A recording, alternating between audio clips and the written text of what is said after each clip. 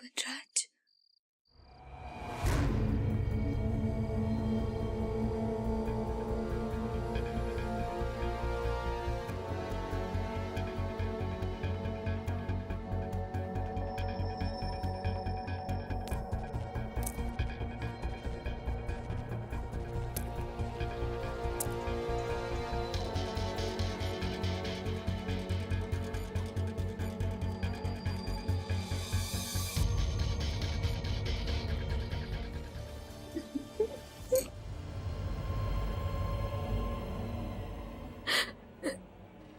कहाँ थे तुम?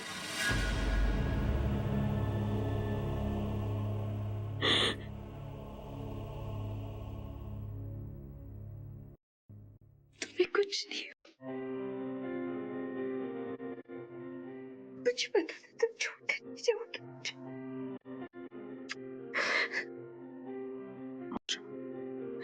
पता सब कहते थे कि तुम, लेकिन मुझे विश्वास था।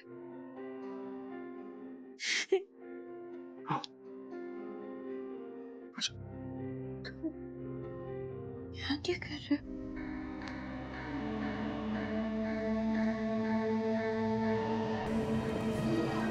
मेरी समझ में नहीं आ रहा आखिर ये सब क्या हो रहा है। मुझे तो शिवानी की बहुत चिंता होने लगी है। इतनी सी उम्र में भोलेनाथ न जाने और कितने दुख देगा इसे। मुझे लगता है कि सारी सच्चाई हमें मांडवा में ही पता चलेगी। अंकल, मैं भी मांडवा जा रहा हूँ। वहां वनराज के परिवार से मिलकर पूरी बात जानकर आऊंगा मैं। राहुल, ये मैं भी का क्या मतलब?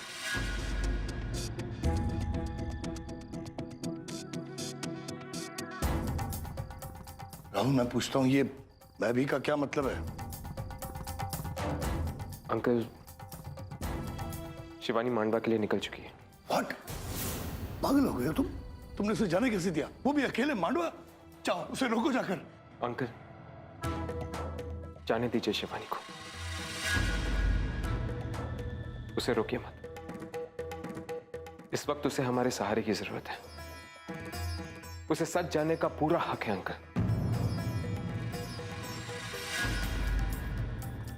आज फिर एक बार तुमने शिवानी को जाने तो दिया,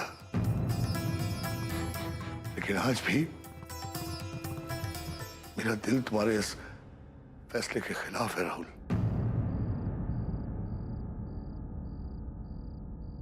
अंकल, मैं शिवानी को बार बार अकेले जाने नहीं दूंगा। मैंने आपसे कहा है ना, मैं भी मांडवा जा रहा हूं। अंकल आंटी, एक बार मैं शिवानी को खो चुका हूं, अब दोबारा नहीं खोना चाहता। मैं साए की तरह उसके पीछे रहूंगा। अगर यही बात थी तो तुम उसके साथ क्यों नहीं चले गए? आंटी, आप तो जानती हैं कि शिवानी कितनी जिद्दी है। अगर मैं उसे अकेले जाने नहीं देता तो पता नहीं वो क्या करती। शिवानी को कुछ हो गया तो? अंकल, मेरा यकीन कीजिए, शिवानी को कुछ नहीं होगा। फिर भी मैं इंस्पेक्टर मल्होत्रा को फोन कर देता हूँ। हाँ बेटा, हाँ। जरूरत पड़ने पर वो मदद के लिए आ जाएंगे। ओके अंकल, मैं चलता हूँ। बेटे, शिवानी का ख्याल रखना और हाँ, अपना भी। जी। God bless।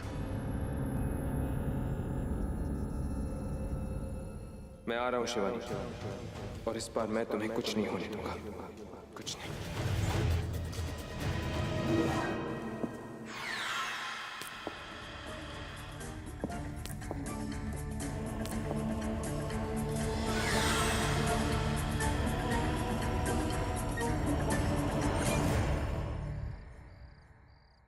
पता है सब क्या कह रहे थे?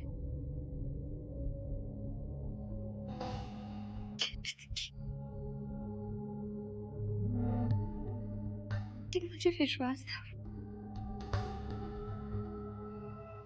मैं जानती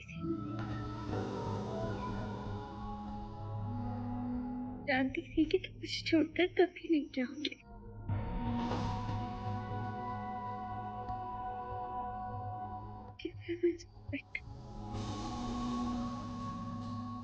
उसने तो कहा कि तुम 1 साल पहले मोहम्मद राज, मैंने अपनी आंखों से तुम्हारी लाश देखी है।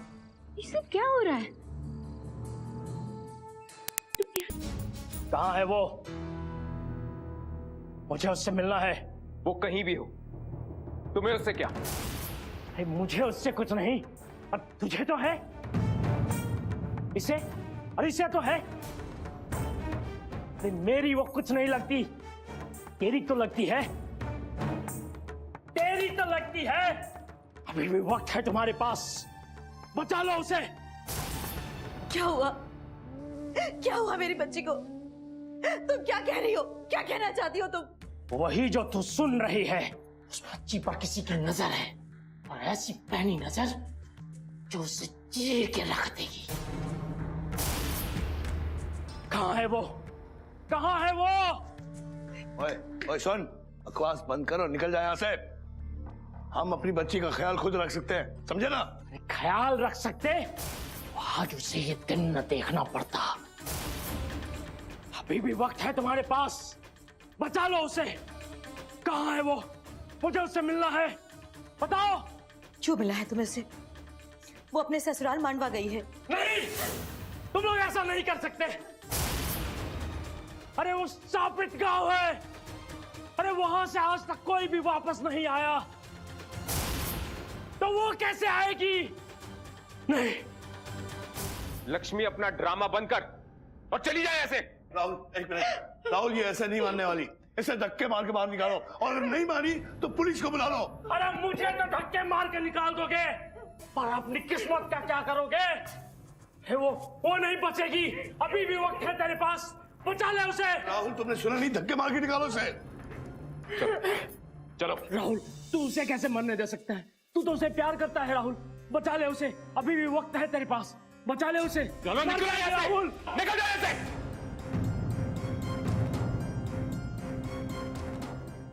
तू मुझे दिखा रहा है आज जोश।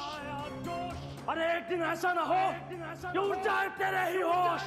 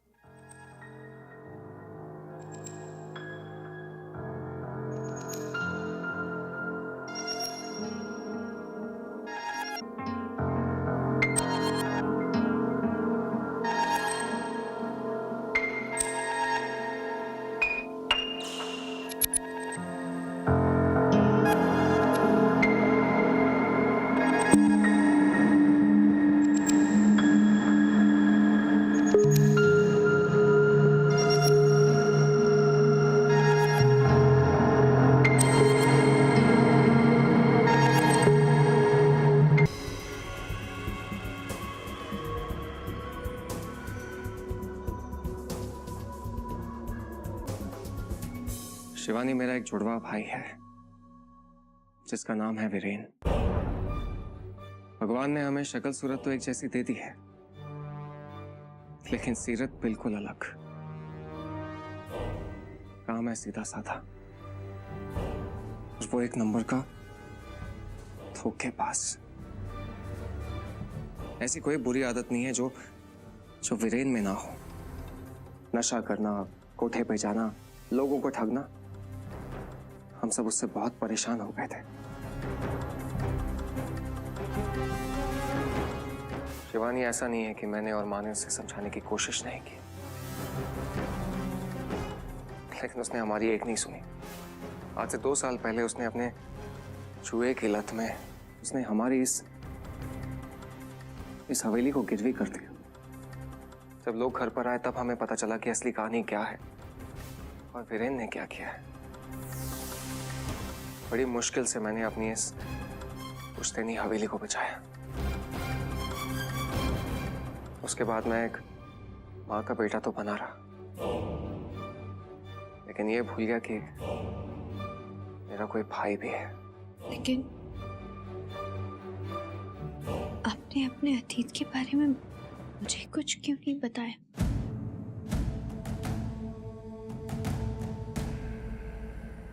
क्या बताता मैं शिवानी, क्या बताता मैं तुम्हें? एक तो खुद ही मैं अपने अतीत को और वीरेन को भुलाना चाहता था, और शिवानी जिन हालात में हमारी शादी हुई थी,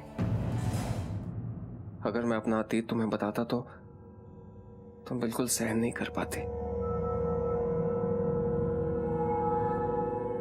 मैं जानती हूँ आप वीरेन से नाराज हैं। आपकी नाराजगी जायज है वनराज, पर इसमें माँ जी का क्या कसूर है? हम माँ जी को तो अपने साथ रख ही सकते थे। नहीं बहू, इसमें वनराज की कोई गलती नहीं। गलती तो मेरी है। क्या करूं, माँ हूं ना। मैंने हमेशा वीरेन का साथ दिया, ये सोच के कि वनराज अपने आप को संभाल लेगा। लेकिन वीरेन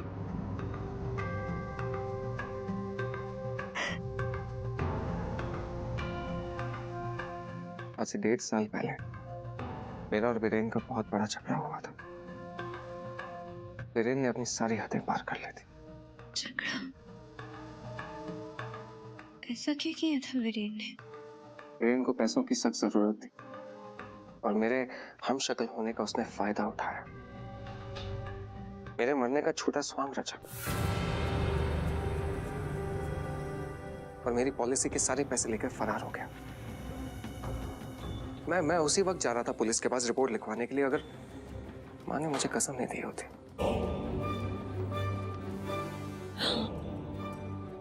मैंने ही वनराज से किसी को कुछ बताने के लिए मना किया था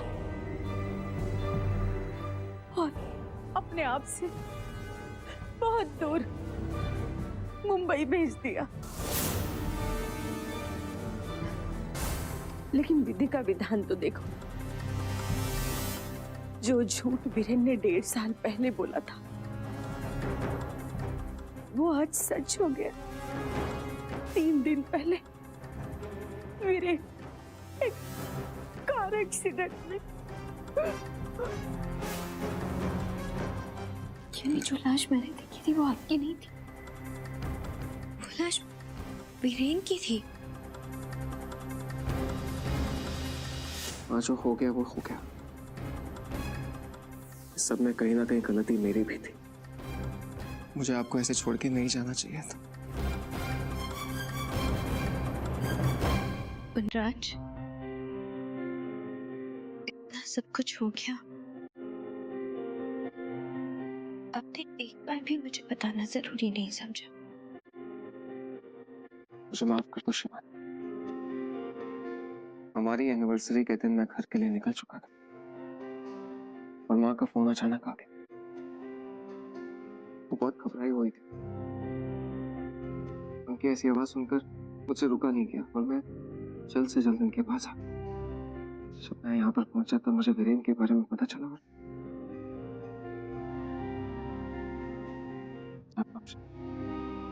गलती मेरी। मुझे एक फोन तुम्हें करना चाहिए था, लेकिन शिवानी, माँ की ऐसी हालत देखकर मुझे सब कुछ भूल गया। मैं समझ सकती हूँ। आपने जो कुछ भी किया ठीक किया, लेकिन आप नहीं जानते कल का एक दिन मुझ पर कैसे बीता है। न जाने कैसे कैसे ख्याल आते।